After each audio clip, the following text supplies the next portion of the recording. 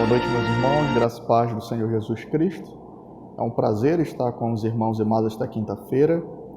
Nós iremos hoje dar prosseguimento no nosso estudo no livro de Salmos. Vamos abrir então no Salmo de número 38 nesta noite. Salmo de Davi, número 38. Vamos ler todo o Salmo e depois retirar alguns princípios gerais, algumas meditações importantes para a compreensão desse Salmo e o que ele quer nos ensinar. Salmo de número 38, vamos ler todo o Salmo. Assim diz a palavra do Senhor. Ó Senhor, não me repreendas na tua ira, nem me castigues no teu furor, porque as tuas flechas se cravaram em mim e a tua mão sobre mim desceu. Não há coisa sã na minha carne, por causa da tua cólera, nem há paz em meus ossos por causa do meu pecado. Pois já as minhas iniquidades ultrapassam a minha cabeça, como carga pesada são demais para as minhas forças. As minhas chagas cheiram mal e estão corruptas por causa da minha loucura. Estou encurvado, estou muito abatido, ando lamentando todo o dia, porque as minhas ilhargas estão cheias de ardor e não há coisa sã na minha carne. Estou fraco e muito quebrantado. Tenho rugido pela inquietação do meu coração. Senhor, diante de ti está todo o meu desejo, e o meu gemido não te é oculto.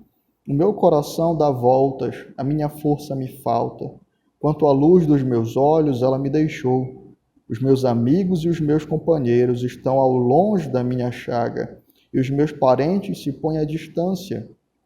Também os que buscam a minha vida me armam laços, e os que procuram o meu mal falam coisas que danificam e imaginam astúcias todo o dia.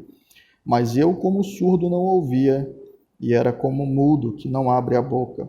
Assim eu sou como homem que não ouve, e em cuja boca não há reprovação. Porque em ti, Senhor, espero. Tu, Senhor, meu Deus, me ouvirás. Porque dizia eu, ouve-me, para que não se alegrem de mim. Quando escorregam o meu pé, eles se engrandecem contra mim. Porque estou prestes a coxear, a minha dor está constantemente perante mim. Porque eu declararei a minha iniquidade, afligir-me-ei por causa do meu pecado. Mas os meus inimigos estão vivos e são fortes, e os que sem causa me odeiam se multiplicam. Os que dão mal pelo bem são meus adversários, porquanto eu sigo o que é bom. Não me desampares, Senhor, meu Deus, não te alongues de mim. Apressa-te em meu auxílio, Senhor, minha salvação. Vamos ao nosso Senhor em oração. Deus amado e querido, Deus santo, poderoso, eterno, Deus justo, que odeia, Senhor Deus, a iniquidade e o pecado, e que te opõe, Senhor Deus, a toda maldade.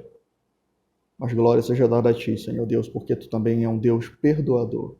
Nos ensina, Senhor Deus, acerca da dinâmica do pecado, da forma como ele afeta a nossa vida, Senhor Deus, cristã, da forma como afeta o nosso relacionamento contigo, e que tu nos conduza a encontrar misericórdia, perdão e graça em ti, Senhor Deus.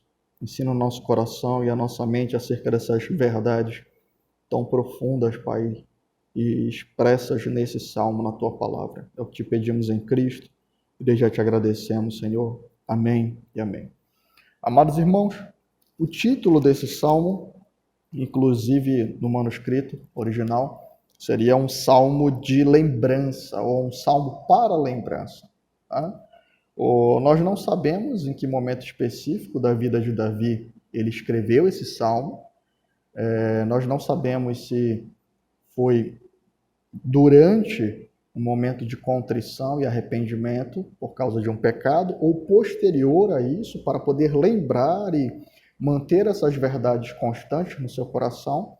Mas uma coisa é certa, Davi escreveu esse salmo a fim de trazer a lembrança dessa experiência aqui com o pecado e a misericórdia do Senhor ao seu coração e ao coração também de outras pessoas, inclusive os nossos corações. Portanto, nós iremos considerar um salmo que foi escrito para lembrar. Mas lembrar de quê? Nós temos aqui, ou nós destacamos, pelo menos 5 verdades que são explicitamente abordadas nesse salmo, que nós precisamos, então, mantê-las no nosso coração para que nós tenhamos saúde espiritual, vida e relacionamento com o Senhor. A primeira verdade, que se encontra aqui nos versículos de 1 a 3, é que Davi nos faz lembrar dos efeitos do pecado no nosso relacionamento com Deus. Tá? O tema desse salmo é pecado, arrependimento, tá? E todos os efeitos do pecado, e a primeira lembrança é essa, os efeitos do pecado no nosso relacionamento com Deus. Olha só como Davi inicia o salmo. Ó Senhor, não me repreendas na tua ira, nem me castigues no teu furor, porque as tuas flechas se cravaram em mim e a tua mão sobre mim desceu. Não há coisa sã na minha carne por causa da tua cólera, nem há paz em meus ossos por causa do meu pecado. Davi ele inicia o salmo preocupado com o relacionamento dele com Deus. Ele inicia o salmo pedindo ao Senhor para que não repreenda na ira, nem lhe castigue no seu furor. Essa expressão ela remete a um temor terrível do Senhor, né? A um coração que está, naquele momento, ele inicia clamando por misericórdia e ele diz o porquê. No versículo 3 ele diz, por causa do meu pecado. Davi ele utiliza aqui as palavras castigo e repreensão, que são palavras utilizadas, tá, para inimigos de guerra. Quando você então iria punir, condenar e exterminar um inimigo de guerra. São atos que têm como intenção demonstrar a eternidade e a medida da justa ira de Deus como algo terrível. Essa primeira palavra, as duas palavras utilizadas aqui, essas duas expressões sobre me repreender na ira e me castigar no furor, a primeira expressão remete a uma espécie de algema, quando você algema alguém preparando-o para a condenação, uma condenação certa que irá ser derramada sobre ele. A palavra ira, a palavra furor, elas denotam sobre uma justa indignação que vai ser derramada sobre um inimigo de guerra, né? E pelo que Davi nos narra aqui, ele já estava sendo castigado pelo Senhor. No versículo 2, ele fala, as tuas flechas se cravaram em mim, a tua mão sobre mim desceu. Então, Davi estava reconhecendo o seu castigo como justo, e ele estava clamando ao Senhor, olha, Senhor, não me repreende na tua ira. Davi aqui, ele não está, de forma alguma, pedindo para que o Senhor não se exceda, não há excesso no Senhor, muito pelo contrário. Ele entende que o Senhor tem todo o motivo para estar irado e enfurecido pelo que ele fez. Não fica claro a nós o que ele fez, mas nos remete à ideia de que foi algo grave, talvez o pecado de Batseba, talvez o censo, quando ele vai fazer o censo e ser exaltado, o grande exército de Israel, né?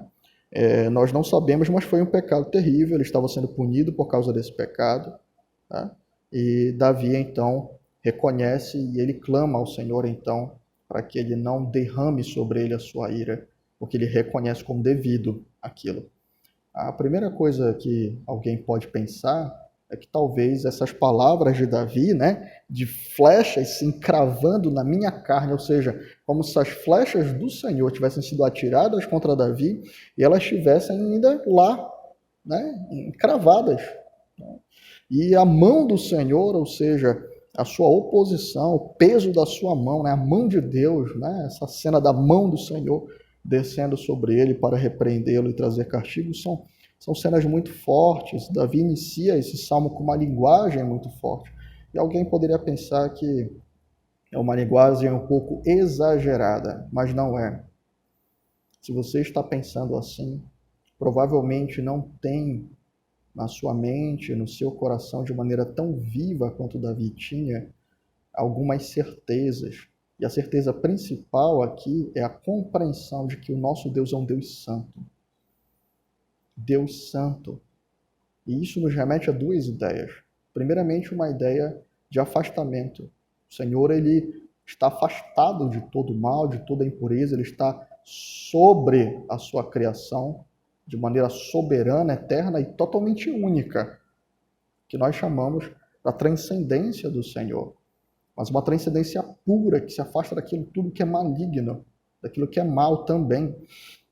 E a segunda ideia que Davi tem sobre a santidade de Deus é que a santidade de Deus é algo ativo. O Senhor, ele é pessoal e ativo com relação à sua santidade.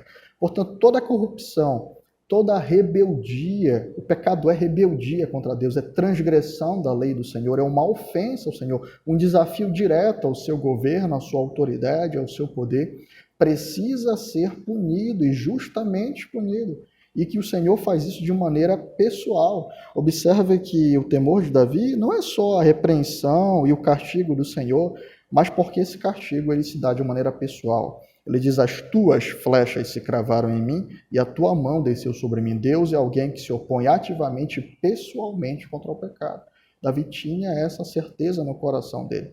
Davi, portanto, se aproxima do Senhor, reconhecendo que o pecado ele é uma afronta à autoridade e governo do Senhor, ele é um desafio à glória de Deus, ele é um desafio, uma ofensa à santidade de Deus expressa na sua lei, e que todos os pecadores eles são rebeldes, porque desafiam a Deus e desobedecem a Ele, criminosos, porque quebram a sua lei e demandam então punição e vivem quebrando a sua lei, e usurpadores, porque eles querem tomar para si aquilo que pertence a Deus, toda a terra, e a vida deles pertence a Deus.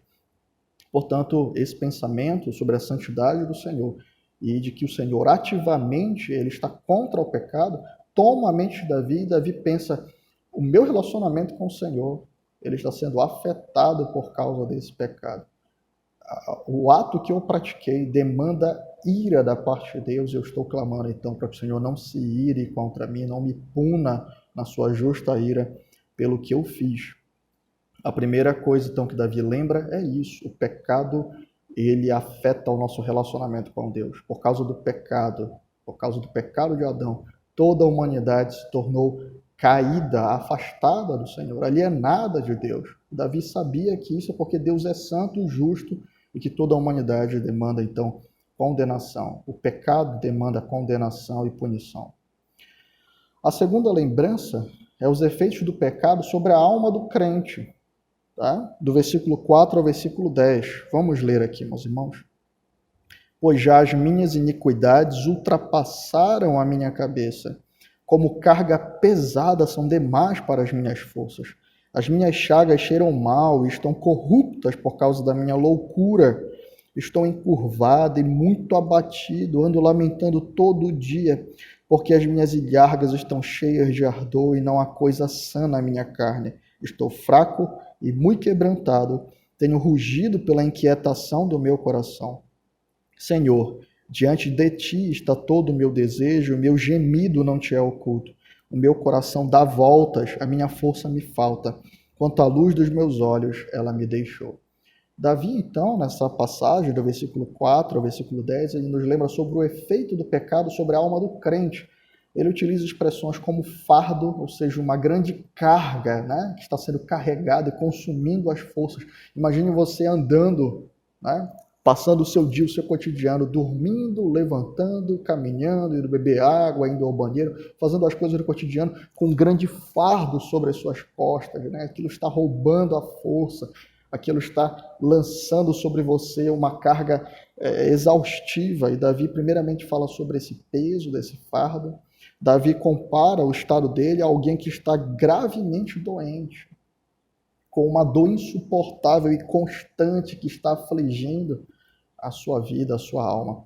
Davi fala sobre podridão. Versículo 5, as minhas chagas cheiram mal, estão corruptas por causa da minha loucura.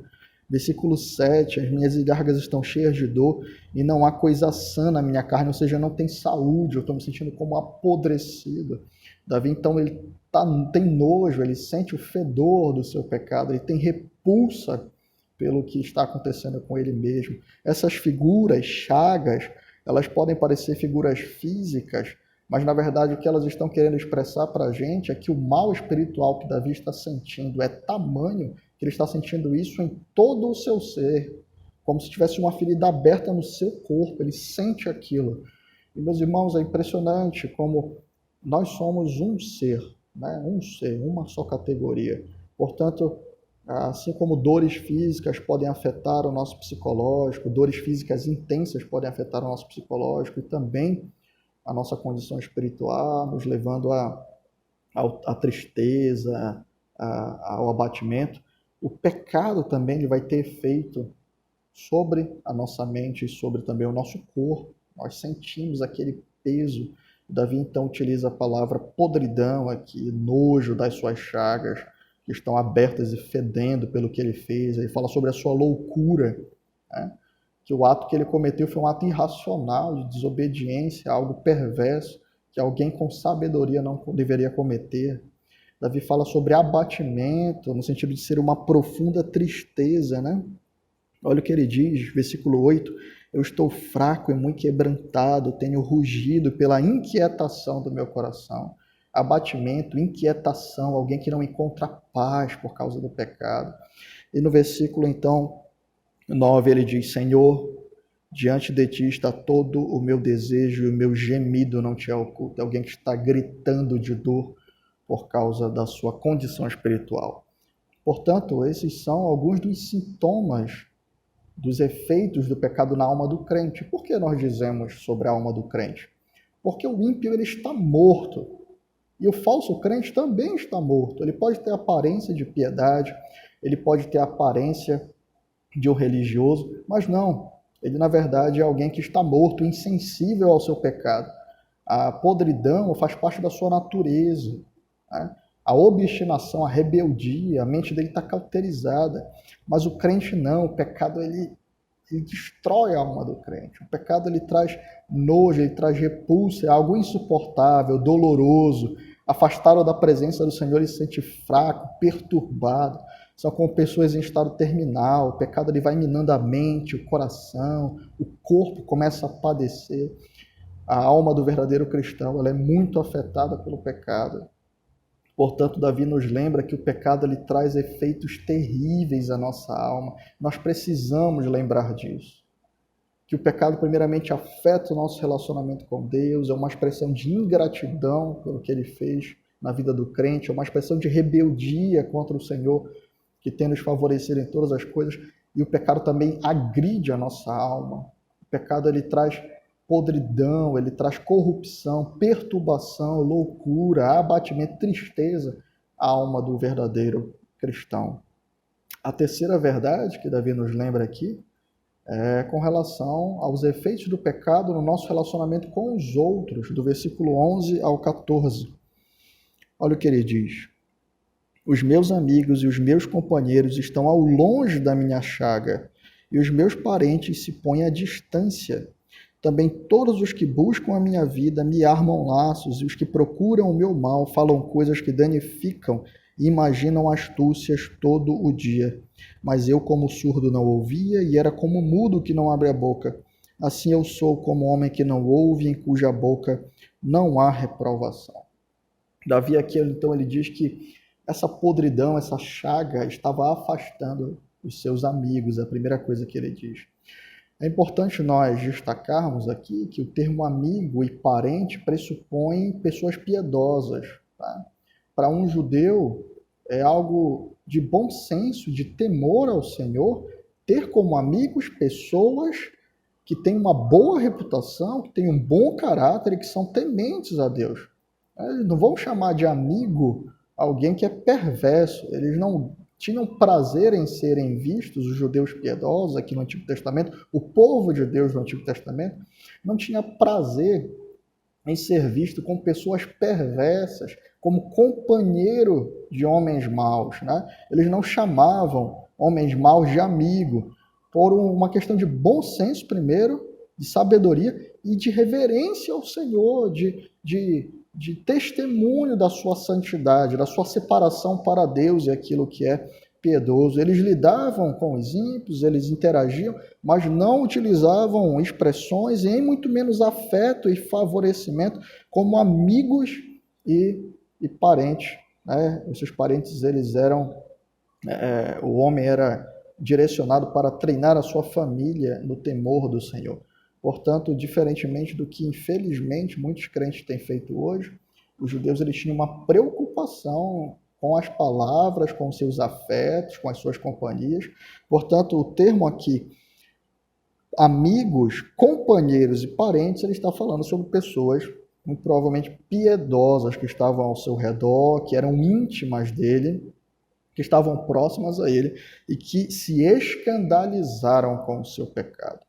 Eles serviram para Davi, então, como um termômetro do mal que ele tinha feito. Ou seja, aqueles que são de fato piedosos, eles não vão se contentar em ver o pecado na vida do irmão. Não vão. Aqueles pecados que têm uma gravidade menor, não diante de Deus, porque todos os pecados são ofensivos e dignos de punição eterna diante do Senhor, mas moralmente falando, entre os irmãos, eles vão ser repreendidos com firmeza, mas os pecados escandalosos, eles trazem vergonha, tristeza, afastamento daqueles que são piedosos e amam ao Senhor. Eles têm vergonha de alguém ter praticado algo que mancha e desaprova a sua conduta como crente. Portanto, quando nós praticamos pecados graves e imorais, as almas dos crentes ao nosso redor são termômetros para nós. E ele se afasta, ele se entristece, traz escândalo àqueles que são mais novos. O que Davi está dizendo é que o pecado dele abalou a comunhão dele com pessoas piedosas e que queriam o bem dele. Eles ficaram extremamente tristes e o temor deles ao Senhor levou com que eles se afastassem de Davi por um momento e, por causa do choque, por causa da vergonha daquele pecado, viessem a repreendê-lo de alguma maneira, e isso abalou então a comunhão de Davi com os seus irmãos. O outro aqui diz respeito aos inimigos, né? O segundo efeito do pecado é o fortalecimento dos nossos inimigos contra nós. Olha no versículo 12, ele diz: também os que buscam a minha vida me armam laços, e os que procuram o meu mal falam coisas que danificam e imaginam astúcias todo dia. Ele diz então que os seus inimigos ganharam força contra ele. E esses homens não estão nem falando algo que é devido, né? Davi diz que esse ato de pecado dele abriu brecha para que aqueles homens ganhassem força nas suas difamações. Então eles inclusive extrapolaram a difamação. Eles começaram a aproveitar do pecado que Davi tinha praticado para lançar contra ele uma imagem ruim, de dano, coisas muito mais perversas do que de fato ele tinha praticado. Os inimigos dele então ganharam força por ver a ruína.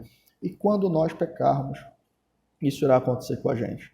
Os abutres da nossa alma serão levantados por Satanás, pelo próprio pecado, para se aproximar de nós com o desejo de nos ver mortos e caídos para sempre, né? Então, Davi diz que, além de afetar a comunhão com os verdadeiros crentes, isso acabou fortalecendo os seus opositores, os seus inimigos. A quarta lembrança que Davi nos traz é que nós devemos ser realistas e sinceros quando nós formos confessar e nos arrepender de nossos pecados diante do Senhor. Vamos ler os versículos 15 ao 20. Porque em ti, Senhor, espero, tu, Senhor, meu Deus, me ouvirás. Porque dizia eu, ouve-me para que não se alegrem de mim. Quando escorrega o meu pé, eles se engrandecem contra mim. Porque estou prestes a coxear, a minha dor está constantemente perante mim. Porque eu declarei a minha iniquidade, afligir-me-ei por causa do meu pecado. Mas os meus inimigos estão vivos e são fortes, e os que sem causa me odeiam se multiplicam. Os que dão mal pelo bem são meus adversários, porque eu sigo o que é bom. Davi, então, em todo o salmo, ele utiliza, né, o versículo central aqui é: eu declararei a minha iniquidade, afligir-me-ei por causa do meu pecado. Em todo o salmo, nós não vemos Davi tentando justificar o seu pecado, né? Ele não busca o Senhor tentando dizer: Senhor, olha, eu fiz isso, mas, oh Deus, a situação era tão difícil. Senhor, eu fiz isso, mas olha só em que estado eu me encontrava. Não, Davi, ele fala que ele está podre, ele está mal, ele está muito dolorido, ele está morrendo, ele está sentindo aflito, e ele está confessando, dizendo: Senhor, tua justa ira, Senhor, tem misericórdia de mim. A tua ira é justa, Senhor Deus, tem misericórdia de mim. o teu furor é justo, Senhor Deus, eu não sou digno, Senhor Deus, da tua misericórdia. Davi também, ele não tenta compensar, né? Davi, ele não utiliza um termo muito empregado, às vezes poxa, mas eu caminhei em retidão até aqui, né? Então, dá um desconto, alivia essa situação. Eu pequei, mas eu já andei tanto de maneira justa. Não! Davi, ele não ousa fazer isso diante do Senhor. Ele entende que todo o pecado e toda a transgressão são graves, abalam o relacionamento com Deus, precisam ser abandonados, confessados. Então ele se humilha diante do Senhor. Davi, ele clama misericórdia ao Senhor por vários motivos. Primeiramente, ele se humilha e clama ao Senhor para que afaste dele a sua ira e a sua justa punição. Davi reconhece, então, a ira do Senhor, a indignação do Senhor, a santidade do Senhor como algo puro, de valor, e a ira do Senhor como justa. Davi, ele ora ao Senhor para que restabeleça o vigor, a paz e o relacionamento com Deus. Senhor, eu estou adoecido por causa do meu pecado, eu estou morrendo, restabelece o meu vigor, Senhor Deus. Ele reconhece o erro e entende que aquilo ali foi algo louco, que não deveria ser praticado, ele não tem desejo de passar mais por isso, tanto que ele escreve um salmo de lembrança, para que ele mantivesse essa experiência terrível diante dos seus olhos e do seu coração. Davi ora para que o Senhor restabeleça a comunhão com os seus irmãos e ora também para que o Senhor se levante e proteja ele contra os inimigos dele. Então, Davi, ele se humilha, reconhece a situação de miserável, reconhece os efeitos do pecado sobre a sua alma, a santidade de Deus, a sua justa ira sobre o pecado e pede misericórdia do Senhor, entendendo que somente Deus é aquele que pode atuar em favor dele e reverter a situação dele, né? E, portanto, ele clama ao Senhor. E isso nos leva a uma quinta verdade. Davi, ele nos lembra que Deus, ele é misericordioso e perdoador. Essa é a quinta verdade que Davi, ele nos traz. Vamos ler aqui os versículos 21 e 22. Não me desampares, Senhor meu Deus, não te alongues de mim, apressa-te em meu auxílio, Senhor, minha salvação. Observem que Davi, ele nos lembra que o Senhor é misericordioso e perdoador. Ele não ignora a ofensa que ele praticou contra Deus, ele não ignora a justa ira do Senhor, ao contrário, ele teme ela e pede para que o Senhor não o traga punição, ele reconhece o castigo que ele estava sofrendo, porque as flechas do Senhor estavam encravadas nele e a mão do Senhor havia descido sobre ele como algo justo, e ele clama a Deus, Senhor, me perdoa. Ele vai até o Senhor, ele utiliza essas figuras terríveis, mostrando que ele entendia a gravidade do seu pecado, ele se rebaixa diante do Senhor, mas observe que ele vai em direção a Deus, ele não tenta fugir. A reação natural não seria essa, meus irmãos. Se alguém ofende, se alguém vem e agride, desafia a autoridade, desafia o governo, a santidade de um rei, de um juiz, e esse rei então se levanta contra essa pessoa e já traz provas do seu castigo sobre ela, a tendência natural seria fugir da presença terrível e justa desse rei, desse juiz. Mas observe que não é isso que Davi faz, ele se aproxima de Deus. Ele se aproxima do Senhor que o havia castigado por causa do seu pecado, ele se aproxima do seu Deus. Por quê? Porque Davi tem na sua mente, no seu coração, a certeza de que o Senhor, ele é um Deus perdoador. O Senhor já tinha revelado isso diversas vezes para o seu povo desde o Éden, quando ao invés de condenar toda a humanidade diretamente ao inferno e à punição eterna, ele promete um redentor, promete uma descendência de piedade que viria por meio do sacrifício de um redentor. E o Senhor, então, age de maneira misericordiosa, graciosa, de maneira perdoadora. Davi sabia que não adianta fugir de Deus, ele repete isso em diversos salmos. Que o Senhor pode nos alcançar nos altos céus ou no mais profundo abismo, o Senhor lá está. Portanto, não se pode fugir do Senhor. Seria uma atitude ainda mais rebelde e ainda mais louca, Davi sabia que ao se entregar a Deus, Davi sabia que ao se aproximar do Senhor de maneira humilde, ele encontraria a misericórdia, a graça, o perdão, o Deus que restaura, reanima, revigora, salva a alma daquele que humildemente se aproxima dele. Ele diz isso: apressa-te em meu auxílio, Senhor, minha salvação. Ele reconhece o Senhor como seu Salvador. Então Davi tinha plena consciência que, apesar do seu estado de pecado, o Senhor não despreza o coração arrependido, quebrantado, contrito, que o Senhor atrai para si os perdidos, ele dá vida, que longe dele não há pureza, longe dele não há vida, longe dele não há perdão, longe dele não há restauração. É inútil fugir das suas mãos, é inútil fugir das suas flechas, é inútil fugir da justiça do Senhor. Para onde fugir?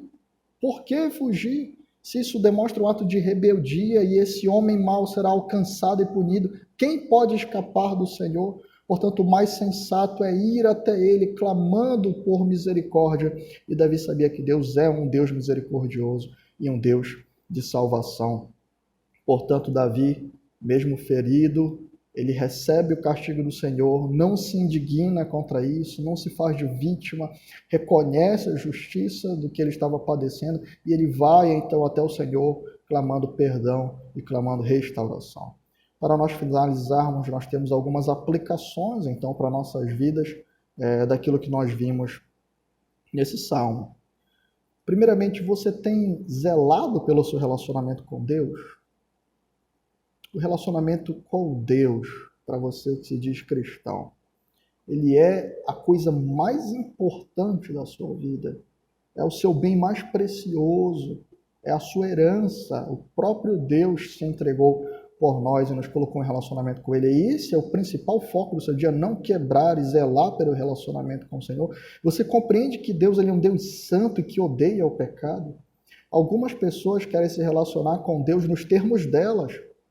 E elas querem viver vidas perversas, libertinas, vidas sem arrependimento e ao mesmo tempo dizer que amam o Senhor e ter um relacionamento com Ele. Isso é mentira.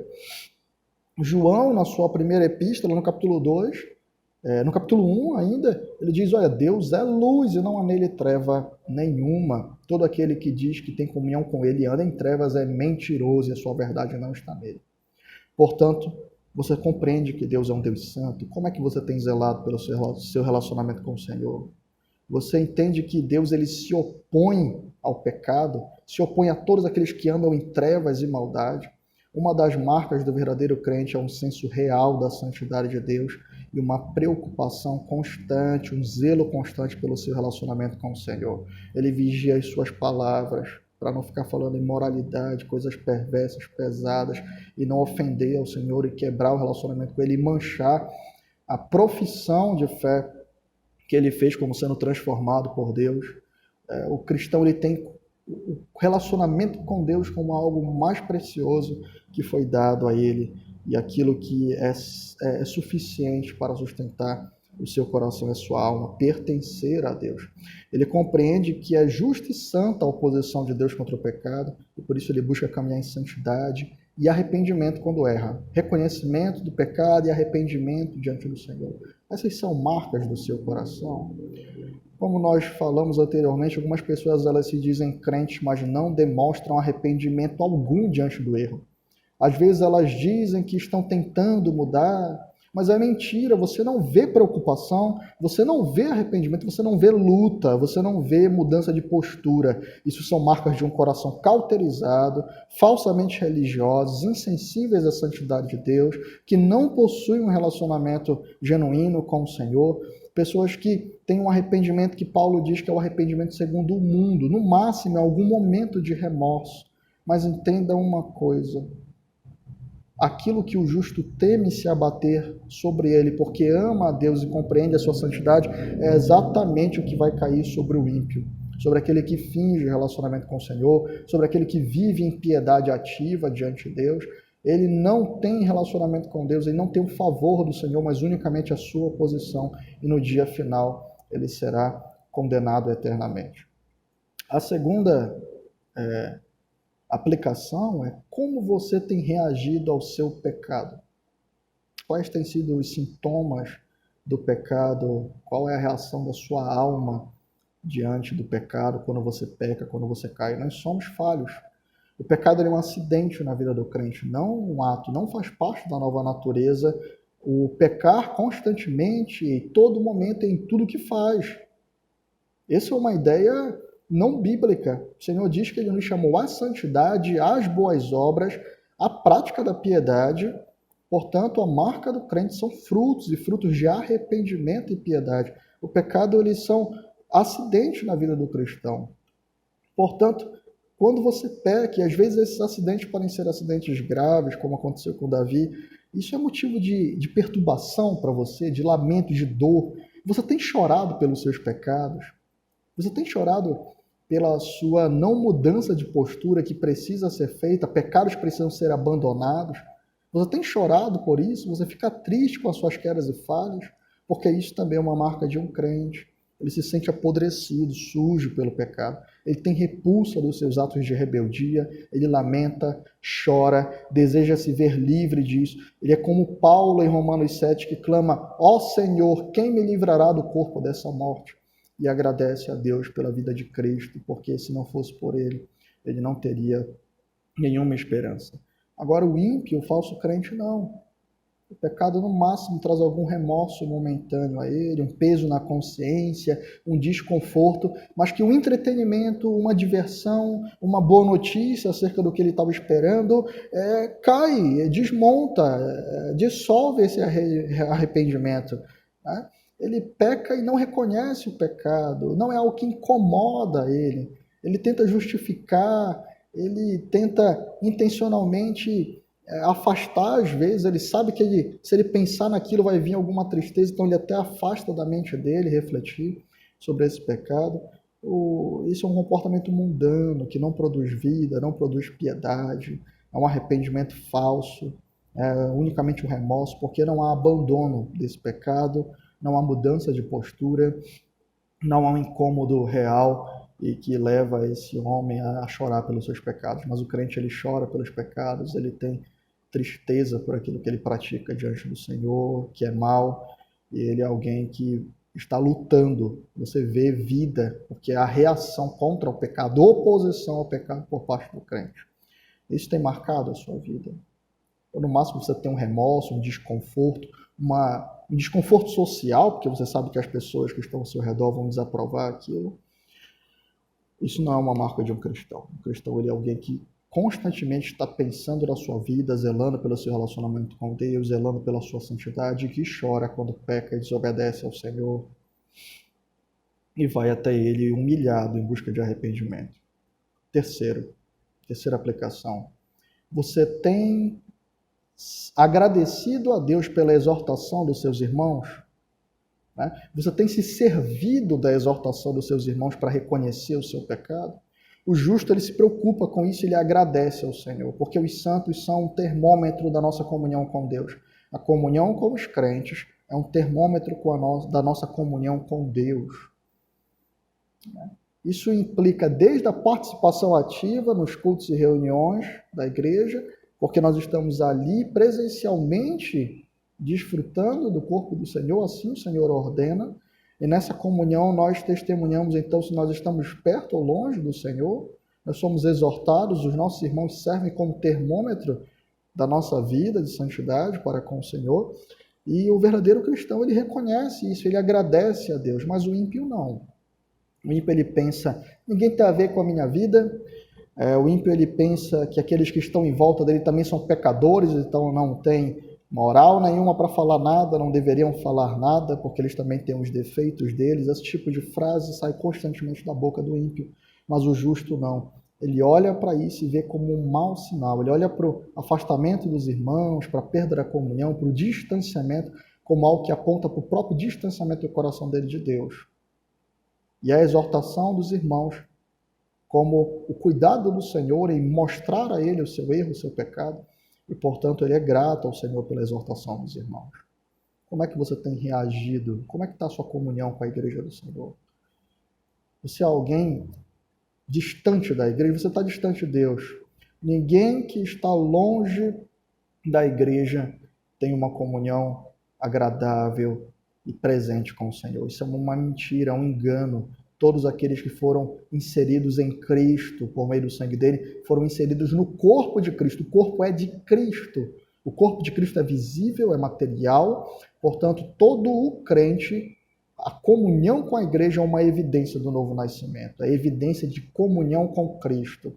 A oração do Senhor sacerdotal, em João 17, diz isso. Pai, que eles sejam um em mim, como eu sou um em ti, Senhor. O Senhor Jesus Cristo nos inseriu em uma comunhão plena com Deus, primeiramente, com a Trindade Santa, e uns com os outros, porque nós somos agora corpo de Cristo. Portanto, como é que anda? Como é que você reage à exortação dos irmãos? Eu não tenho que me meter na minha vida, não tem... Esse tipo de postura é uma postura impiedosa e perversa. Alguém que despreza a igreja, despreza a exortação dos irmãos e se acha superior a todos eles, intocável, é, na verdade, alguém que está escondendo o seu medo de ser confrontado e está protegendo o seu pecado de maneira perversa e rebelde. Quarta aplicação. Você tem lembrado de que Deus é misericordioso e o único que pode lhe dar vida, salvá-lo, purificá-lo, vivificá-lo, trazer vigor à sua alma, lhe conceder perdão? Você tem lembrado disso? Porque talvez Satanás tenha conduzido você a esquecer disso. Talvez Satanás tenha roubado a sua esperança, lhe conduzido a tentar se purificar e ajeitar e consertar a sua vida por algum outro meio de obras mortas, para depois chegar a Deus e então ser recebido com Ele. Isso é uma mentira. Você não pode nada em você mesmo. Isso é uma mentira perversa de Satanás. Ele tenta nos levar a nos auto-justificar, a nos auto-purificar. E Davi lembra de que ele não pode, ele não consegue fazer isso. É por isso que ele clama ao Senhor.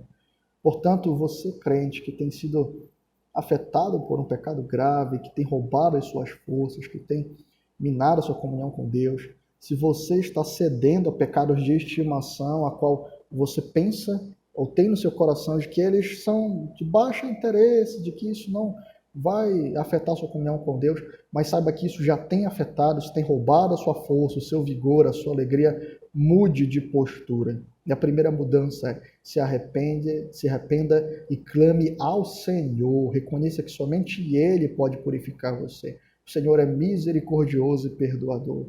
O Senhor, Ele restaura todo aquele que o busca de maneira quebrantada.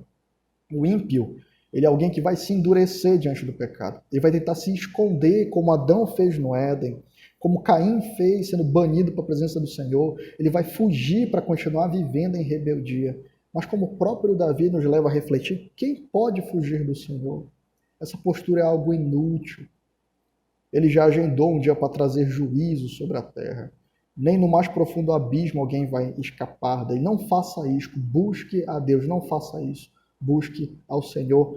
Davi, ele tinha plena consciência de que o Senhor é misericordioso e perdoador. E a nós foi revelado esse atributo do Senhor, a sua misericórdia e o seu amor de maneira ainda mais plena, porque nós conhecemos algo que Davi não conhecia de maneira plena, que o Senhor entregou o próprio Filho para a remissão de pecados na cruz.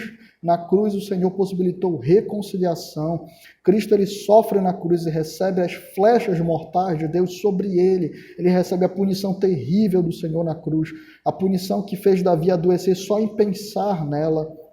Cristo recebe na sua própria alma para que ele propusesse pelo seu sangue perdão, reconciliação com Deus.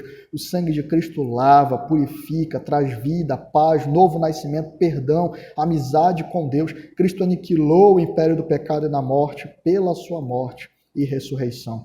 Portanto, agora, entendendo isso e contemplando isso no Evangelho, nós devemos, ainda com mais confiança, nos aproximar do trono da graça de Deus por meio do sangue de Cristo. Portanto, entenda, você só vai encontrar restauração, vigor, alegria, você só vai encontrar pureza, você só vai se livrar dos efeitos perversos que o pecado tem trazido sobre a sua alma, de murmuração, de lamento, de perturbação, de ausência de paz, de afastamento da igreja, de um coração constantemente amargo. Em Cristo, busca o Senhor, se arrependa, reconheça, clame a Ele pelo que Davi clamou, perdão, restauração, restauração da comunhão com o povo de Deus, proteção dos inimigos, satisfação no coração. Busque ao Senhor, porque somente Ele pode restaurá-lo. O que adianta fugir? O que adianta ir para longe do Senhor se você, fazendo isso, vai se demonstrar ainda mais rebelde, vai ser alcançado? Portanto, se você optar por continuar em pecado, você vai experimentar da terrível e justa punição do Senhor, que é santo e todo-poderoso. E terrível é cair nas suas mãos. Mas aqueles que buscam ao Senhor, não só têm um remorso, mas que buscam verdadeiramente ao Senhor, eles serão restaurados, experimentarão da delícia, de paz, de vida, de regeneração. Todos os que buscam ao Senhor não serão desprezados, não serão desprezados. Portanto, crente, se você está sofrendo esses efeitos do pecado, busque ao Senhor para ser restaurado. Busque porque Ele é misericordioso e perdoador. Não permita que Satanás roube a sua paz e coloque mentiras na sua mente de que você pode se purificar por si mesmo. Você não pode. Clame a Deus e vá até Ele. Vá hoje até Ele. Você que é ímpio, você está morto. Você está longe do Senhor. Você está sob a condenação. Você é alvo da ira de Deus. Portanto, fuja para Ele hoje, porque Ele também receberá você, Ele transformará, lhe dará vida, Ele irá inserir um relacionamento com Ele. Ele ofereceu o próprio Filho na cruz para trazer esperança a homens mortos e pecadores. Portanto, hoje, clame ao Senhor, arrependa-se dos seus pecados, porque o Senhor, Ele é misericordioso e perdoador, mas o Senhor, Ele se opõe e fará justiça a todo aquele que insiste na rebeldia, na perversidade, na oposição contra Ele. Portanto, fuja para o Senhor para encontrar a sua misericórdia e graça, enquanto é tempo, porque no dia que Ele vier para trazer justa condenação e juízo sobre a terra, você será banido para toda a eternidade, experimentando unicamente da justa e terrível punição de Deus. Fuja para Cristo e você será recebido, vivificado, transformado, e experimentará de paz e reconciliação com Deus. Vamos ao Senhor em oração. Deus amado, eterno, bendito Deus, Deus perdoador, nos apresentamos diante de Ti, Senhor Deus, nessa noite, clamando do Teu poder e da Tua graça, Senhor. Primeiramente sobre os corações, Senhor Deus, que ainda não Te conhecem, Senhor Deus, que são incircuncisos, que não têm relacionamento contigo, que estão debaixo da Tua justa ira e condenação, porque têm vivido de maneira rebelde, criminosa, Senhor Deus, e oposta à Tua glória, Senhor Deus, e à Tua autoridade. Desperta, Senhor Deus. Conduze-o ao arrependimento, que eles busquem a Ti, Senhor Deus, enquanto é possível Te achar, Senhor Deus, com a Tua mão de graça e misericórdia em Cristo estendida, Senhor. Suplicamos, Senhor, antes que venha o dia da destruição, Senhor Deus, e eles recebam sobre eles a justa ira e condenação, Senhor Deus, que é devida por causa do pecado, Senhor Deus, por causa da rebeldia, Pai, do levante deles contra Ti. Quebra, Pai, o coração, transforma, liberta, traz vida.